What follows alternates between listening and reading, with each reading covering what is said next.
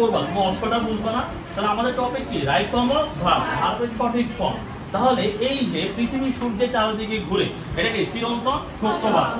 আর এরকম universal truth চিরন্তন সত্য বাক্যে কোন টেন্স তোমরা বসাইতে হবে? Present indefinite. কোন টেন্স? Present indefinite. ঠিক আছে, তাহলে এখানে আমাদের ভার্ব হিসেবে কি যোগ করতে হবে? এস এটা দরকার না, ওটা লাগবে না। ঠিক আছে, কথা বুঝে গেছি? তো তাহলে আমরা কয়টা রুলস করলাম অলরেডি? দুইটা। কয়টা রুলস করলাম? দুইটা রুলস। প্রথম রুলস আমরা কি করতে পারি? কোন ভার্বে? যে প্রেজেন্ট ইনডিফিনিট টেন্সে। কোন টেন্সে?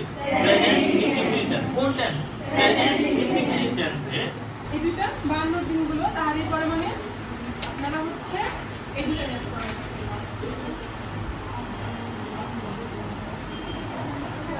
বাক্য সংযোজন, বিলাসী, প্রতিদান, তাহারই পরে মানে। আর আজকে কি বানানো হয়েছে?